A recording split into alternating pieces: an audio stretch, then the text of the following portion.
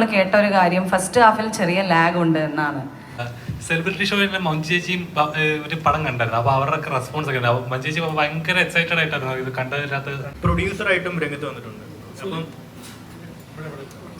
അപ്പം ആർട്ടിസ്റ്റിനെക്കാട്ടിലും ഉപരി അല്ലെങ്കിൽ ഈ പ്രൊഡ്യൂസർ ആവാൻ ഏത് മൊമെന്റിലാണ് അങ്ങനെ ഒരു ഡിസിഷൻ എടുത്തത്? അതേപോലെ തന്നെ ആർട്ടിസ്റ്റിനെക്കാട്ടിലും ഉപരി പ്രൊഡ്യൂസറായിട്ട് അനോമിയുടെ സെറ്റിൽ എത്രത്തോളം ഷോ ഇറക്കാൻ സാധിച്ചിട്ടുണ്ട്? ആക്ച്വലി ഒരു ഷോ ഇറക്കിയിട്ടില്ല, കാരണം ഞാൻ തന്നെ അത് മറന്നുപോകും. കാരണം അതെ, ഇത് ഞാനൊരു ആക്ടർ എന്നുള്ള രീതിയിൽ കമ്മിറ്റ് ചെയ്തൊരു സിനിമ തന്നെയാണ്. നമ്മൾ എടുത്ത് കഥ കേട്ട് ഇഷ്ടപ്പെട്ട് ഡീറ്റെയിൽ ആയിട്ട് സ്ക്രിപ്റ്റ് വേണമെന്ന് പറഞ്ഞാൽ അത് വായിച്ച് അപ്പോൾ അതിന് ഇഷ്ടപ്പെട്ട് അങ്ങനെയാണ് നമ്മൾ ഈ മൂവി നമ്മൾ കമ്മിറ്റ് ചെയ്യുന്നത് ആക്ടർ എന്നുള്ള രീതിയിൽ. അത് കഴിഞ്ഞ് നമ്മൾ പടം കഴിഞ്ഞ് ഒരു 1 സ്കെഡ്യൂൾ കഴിഞ്ഞിട്ടാണ് ഇവർ ആദിത്തും റിയാസും ഇങ്ങനെ ഒരു തോട്ട് തരുന്നത്. ഒരു പ്രൊഡക്ഷൻ്റെ ഭാഗമാവാൻ എങ്ങനെയാണ് താല്പര്യമുണ്ടോ എന്നുള്ള രീതിയിൽ. അതത്ര ഭയങ്കര സീരിയസ് ആയിട്ട് ആലോചിച്ചിട്ടൊന്നുമല്ല. ഇവർ വെച്ച വിഷ്വൽസിൽ വന്നൊരു കോൺഫിഡൻസിലാണ് നമ്മൾ വൈ നോട്ട്, കൊള്ളാം, ഇത് നമ്മൾ വിചാരിച്ചതിനേക്കാൾ നന്നായി വരുന്നുണ്ട്. അങ്ങനെയാണ് ഞാനിതിൽ അങ്ങനെ പ്രൊഡക്ഷൻ സൈഡിൽ കൂടി ഇന്നാവുന്നത്. പക്ഷേ ഷോ ഒന്നും ഇറക്കിയിട്ടില്ല, കാരണം നേരത്തെ പറഞ്ഞ പോലെ പകുതി സമയത്ത് മറന്നു പോകും, കാരണം ഇത് പരിചയമില്ലാത്തൊരു കാര്യമായതുകൊണ്ട്. രണ്ടാമത്തായിരുന്നു വെച്ചിട്ടുണ്ടെങ്കിൽ എനിക്ക് അങ്ങനെ യാതൊരു തരത്തിലുള്ള ടെൻഷനോ ഒന്നും അതിന് വേണ്ടി അറിയേണ്ടി വന്നിട്ടില്ല. എല്ലാം ആദിത്യ വിൽ ടേക്ക് കെയർ. ആദിത്താണ് എല്ലാം എക്സിക്യൂട്ട് ചെയ്തിരുന്നത്. അതുകൊണ്ട് എനിക്ക് അങ്ങനെ പോയിട്ട് ആരെങ്കിലും കാണുകയും മീറ്റ് ചെയ്യുകയും അങ്ങനെ ചെയ്യേണ്ടി ഇങ്ങനെ അങ്ങനെയൊന്നും വന്നിട്ടില്ല. അതുകൊണ്ട് അത് കുഴപ്പമില്ല. പിന്നെ അതേപോലെ ഇപ്പം നോക്കിക്കഴിഞ്ഞാൽ നമ്മൾ തൊട്ട് അനോമി വരെ നോക്കിക്കഴിഞ്ഞാൽ മലയാള സിനിമ ഒരുപാട് മാറിയിട്ടുണ്ട്. അപ്പം ആ ഒരു വ്യത്യാസം ഭാവന എങ്ങനെയാണ് നോക്കിക്കാണുന്നത്? കൂടുതലും നല്ല മാറ്റങ്ങളാണ്. അതായത് പിന്നെ കുറേ കാലം വരെയും നമ്മുടെ സിനിമ ഒരു 3 പോയിന്റിൽ ഇങ്ങനെ കിടന്ന് കറങ്ങുമായിരുന്നു. ഒരു നായകൻ, ഒരു നായിക, ഒരു വില്ലൻ എന്ന് പറഞ്ഞിട്ട്. അതിൽ നിന്നൊക്കെ മാറി മാറി മാറി മാറി ഇപ്പോൾ ഒരു കഥ, അതിൽ കഥാപാത്രങ്ങൾ, അങ്ങനെയായി സിനിമ. അതിൽ ഭയങ്കര നല്ല ചേഞ്ചാണ്. കാരണം നായകൻ നായിക സിനിമ എന്ന് പറയുമ്പോൾ നമ്മൾ കാണുമ്പോൾ തന്നെ നമുക്ക് അറിയാം അവസാനം നായകൻ ജയിക്കും, വില്ലൻ സൈഡാവും എന്നുള്ളത് നമുക്കറിയാം. എങ്കിലും നമ്മൾ കാണും. അതിൽ വ്യത്യസ്തമായ സിനിമകൾ ഒരുപാടുണ്ടെങ്കിൽ പോലും അങ്ങനെ ഡിഫറെൻ്റ് ആയിട്ടുള്ള ഫോർമുലാസ് വളരെ കുറവായിരുന്നു. ഇപ്പം നേരത്തെ പറഞ്ഞ പോലെ എക്സ്പെരിമെൻ്റൽ ഫിലിംസ് വരുന്നു, നമ്മളെ സർപ്രൈസ് ചെയ്യിക്കുന്ന കുറേ എലമെൻറ്റ്സ് വരുന്നു. ഇപ്പോൾ മലയാളം സിനിമ എന്ന് പറയുന്നത് തമിഴന്മാർ, തെലുങ്ക്, കന്നഡ, ഹിന്ദി, ഈവൻ മറ്റേ പാകിസ്ഥാനി ആക്ടേഴ്സ് വരെ സംസാരിക്കുന്നു മലയാള സിനിമയെ വെച്ച്. കാരണം എന്തുകൊണ്ടെന്ന് വെച്ചാൽ ഇത്രയും യുണീക്കായിട്ടുള്ള ഐഡിയാസ് നമ്മൾ കൊണ്ടുവരുന്നതുകൊണ്ടാണ്. അത് നല്ല കാര്യമാണ്. അറ്റ് ദ സെയിം ടൈം ഒരു ചെറിയ കാര്യം എന്ന് വെച്ചാൽ നമ്മൾ പെട്ടെന്ന് OTT മൂവീസ് വരുന്നു എന്നുള്ളൊരു കോൺസെപ്റ്റ് ഉള്ളതുകൊണ്ട് ആൾക്കാർക്ക് ഒരു ലെയ്ഡ് ബാക്ക് മനോഭാവമുണ്ട്. OTT വരുമ്പോൾ കാണാം. അത് ഒരു പ്രൊഡ്യൂസർ എന്നുള്ള രീതിയിൽ പലർക്കും, അല്ലെങ്കിൽ ഡിസ്ട്രിബ്യൂട്ടേഴ്സിന്, തിയേറ്റർ ഓണേഴ്സിന് കിട്ടുന്ന ഒരു ചെറിയൊരു അടിയാണ്. അപ്പോൾ അത് ഒരു ചെറിയൊരു മൈനസും ബാക്കി ഒരു വലിയ കുറേ പോസിറ്റീവ്സും ഉണ്ട്.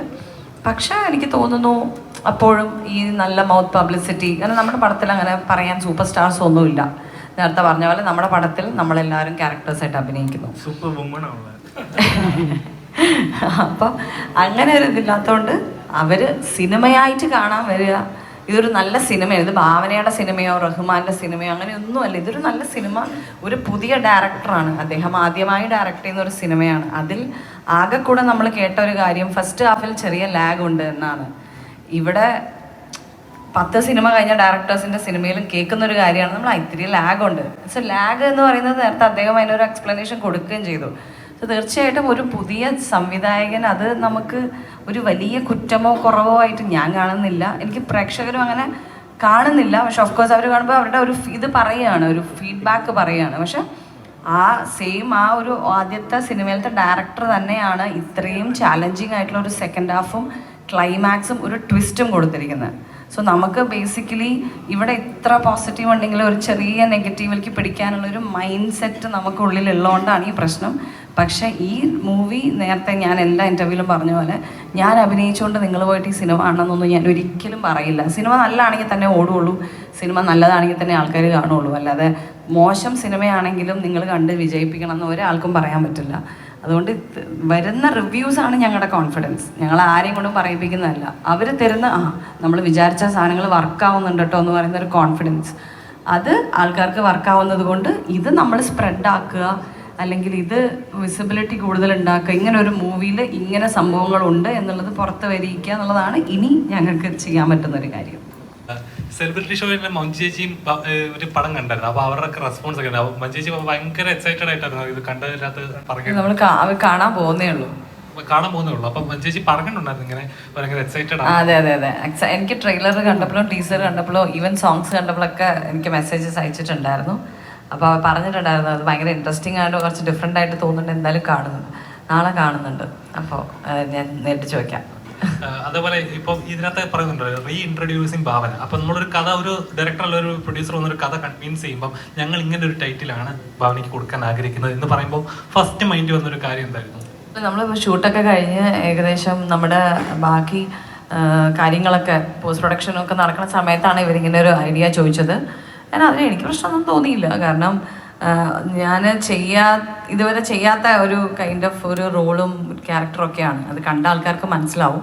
അപ്പോൾ അതിനെ ജസ്റ്റിഫൈ ചെയ്യുന്നുണ്ട്. അപ്പോൾ അതുകൊണ്ടാണ് എൻ്റെ അടുത്ത് അങ്ങനെ വെച്ചോട്ടേയും ചോദിച്ചു, ഞാൻ വെച്ചോളാൻ പറഞ്ഞു, അത്രേ ഉള്ളൂ.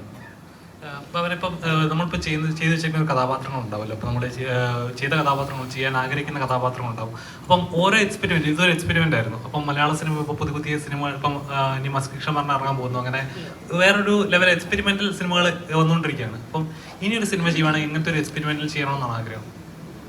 അങ്ങനെയൊന്നുമില്ല. ഇങ്ങനെ എക്സ്പെരിമെൻ്റ് സിനിമകൾ വരുന്നത് നല്ലതാണ്. അല്ലെങ്കിൽ ഇന്നല്ലെങ്കിൽ നാളെ അത് ഭയങ്കരമായിട്ട് ചർച്ച ചെയ്യപ്പെടും. കാരണം എന്താണെന്ന് വെച്ചിട്ടുണ്ടെങ്കിൽ ഒരുപക്ഷെ പെട്ടെന്നൊരു പുതിയ സാധനം കൊണ്ടേ കൊടുക്കുമ്പോൾ എല്ലാവരും ഒന്ന് എന്നാവും.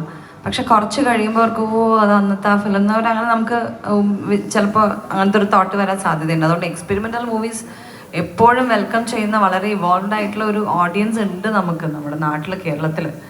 അപ്പോൾ അവർ അതൊന്ന് കണ്ടാൽ മതി. കാരണം എല്ലാവരും ഈ പറഞ്ഞ പോലെ ശരിയാണ്, എല്ലാ തിരക്കുകളും മാറ്റി വെച്ച് സിനിമ കാണാൻ വരണം നമുക്ക് പറയാൻ പറ്റില്ല. പക്ഷെ എങ്കിലും അതൊരു നമ്മളൊരു പ്രോഡക്റ്റ് കൊടുക്കുമ്പോൾ ആ ഒരു പുതിയതാണെങ്കിലും എക്സ്പെരിമെൻ്റ് ആണെങ്കിലും അത് ആക്സെപ്റ്റ് ചെയ്യാൻ അല്ലെങ്കിൽ അത് കണ്ടു നോക്കാനുള്ള ഒരു ഓഡിയൻസ് നമുക്കുള്ള ഒരു ഉറപ്പിൻ്റെ മേലെയാണല്ലോ നമ്മൾ ഈ പടങ്ങൾ കൊണ്ടുവരുന്നത്. തീർച്ചയായിട്ടും നല്ല കാര്യമാണ് അത്. മലയാളത്തിൽ നിന്ന് കാണാത്ത രീതിയിലുള്ള കൺസെപ്റ്റ് ആണെന്ന് പറഞ്ഞു. പക്ഷെ അതിനോട് കൂടി അയാൾ ആഡ് ചെയ്തൊരു കാര്യം എന്ന് പറഞ്ഞാൽ ഇത് കുറച്ചും കൂടി ബഡ്ജറ്റ് തരികയാണെങ്കിൽ ഇതിനുള്ള സാധ്യതകൾ വളരെ കൂടുതലാണ്. കണ്ടിട്ടുണ്ടാവും വിചാരിക്കുന്ന റിവ്യൂ. അല്ല, അത് സാധ്യതകൾ എന്ന് പറഞ്ഞു കഴിഞ്ഞാൽ നമ്മളിപ്പോൾ അതിനെ ഉപയോഗിച്ചിരിക്കുന്നത് അതിൻ്റെ ഒരു എൻഡ് പോർഷനിൽ, ക്ലൈമാക്സിൽ ഒരു ചെറിയ മീൻസ് ഒരു ആവശ്യത്തിനുള്ള ഒരു ഏരിയ ആയിട്ടാണ് യൂസ് ചെയ്തിരിക്കുന്നത്. നിങ്ങൾ ഈ പറയുന്ന അല്ലെങ്കിൽ ഞങ്ങൾ കാണിച്ചിരിക്കുന്ന വിഷ്വൽ പരിപാടി എന്ന് പറയുന്നത് അതിൻ്റെ വലിപ്പം കൂട്ടിക്കഴിഞ്ഞാൽ പിന്നെ അത് വേറൊരു സിനിമയായി. ഇപ്പം അത് നമ്മളൊരു ക്യാപ്സ്യൂൾ രൂപത്തിൽ കാണുമ്പോൾ അതിനൊരു ഭംഗിയുണ്ട്. അതല്ലാതെ അങ്ങനൊരു സിനിമ വേറെ തന്നെ ഒരു മുഴുവൻ സിനിമ ആലോചിച്ചുകൂടെ എന്നൊക്കെ തോന്നുന്നൊരു തോട്ടിൽ വരുന്നതാണ് അങ്ങനത്തെ ഡിസ്കഷൻ. എനിക്ക് തോന്നുന്നു നല്ലതാണ് അങ്ങനത്തെ ഡിസ്കഷൻസ്. നമുക്ക് ഇതിനൊരു സ്വീകാര്യത കിട്ടിക്കഴിഞ്ഞാൽ ഉറപ്പായിട്ടും എനിക്കല്ലെങ്കിലും വേറെ ആളുകൾക്കും അങ്ങനത്തെ കാര്യങ്ങളൊക്കെ ചെയ്യാനുള്ളൊരു പ്രചോദനമായിരിക്കും തോന്നുന്നു എനിക്ക്. അപ്പോൾ VFX അത്രയും സാധ്യതകളുണ്ട്. പ്യുവർ VFX എന്ന് മാത്രം പറയാൻ പറ്റില്ല. അതിന് നമ്മൾ മിനിയേച്ചർ വെച്ച് ഷൂട്ട് ചെയ്തെടുത്തതാണ്. അത് കുറേ സംഗതികൾ മിനിയേച്ചർ ഷൂട്ട് നടത്തി പിന്നെ അതിനെ VFX കൊണ്ടുപോയി അങ്ങനെ എൻഹാൻസ് ചെയ്തതാണത്. VFX ആണ് അതിൽ കൂടുതലുള്ളത്. പക്ഷെ അതിനിങ്ങനൊരു ബിഹൈൻഡ് വർക്കും കൂടെ അതിൻ്റെ പുറകെ ഉണ്ട്. ഈ റഹ്മാൻ സാറും ഭാവന ചേച്ചിയുള്ള കോംബോ എങ്ങനെ വന്നു? ഇപ്പൊ റഹ്മാൻ സാർ ഒരുപാട് പോലീസ് വേഷങ്ങൾ ചെയ്തിട്ടുള്ളതാണ്. അപ്പൊ 1000 ബേബീസ് ചെയ്യണ സമയത്ത് സ്ക്രിപ്റ്റ് കേൾക്കണ സമയത്ത് പറഞ്ഞിട്ടുണ്ടായിരുന്നു വീണ്ടും ഒരു പോലീസ് വേഷം ചെയ്യാൻ തയ്യാറല്ലാന്ന്. അപ്പൊ റഹ്മാൻ സാറിനെ എങ്ങനെ കണ്ടു? ആക്ച്വലി 1000 ബേബീസിന്റെ കഥ കേട്ട് പുള്ളി അത് കമ്മിറ്റ് ചെയ്തിരുന്ന് ഷൂട്ട് തുടങ്ങിയിട്ടില്ല. അതിന്റെ ആ സമയത്താണ് ഞങ്ങൾ ചെന്ന് കഥ പറയുന്നത്. അപ്പൊ ഇതേ കാര്യം എന്നോട് പറഞ്ഞിട്ടുണ്ടായിരുന്നു. പിന്നീട് ഫുൾ സ്ക്രിപ്റ്റ് വായിക്കാൻ കൊടുത്തു പുള്ളിക്ക്. പിന്നെ അദ്ദേഹം വായിച്ചു കഴിഞ്ഞപ്പോൾ അദ്ദേഹത്തിന് അത് ചെയ്യാൻ തോന്നി എന്ന് പറഞ്ഞു എൻ്റെ അടുത്ത്. പിന്നെ എനിക്ക് തോന്നുന്നു പുള്ളിയുടെ ഒരു ഓറ സാറ്റിസ്ഫൈ ചെയ്യുന്ന കുറേ സംഗതികൾ ഈ സിനിമയുടെ സെക്കൻഡ് ഹാഫിൽ കൃത്യമായിട്ടുണ്ട്. സോറി.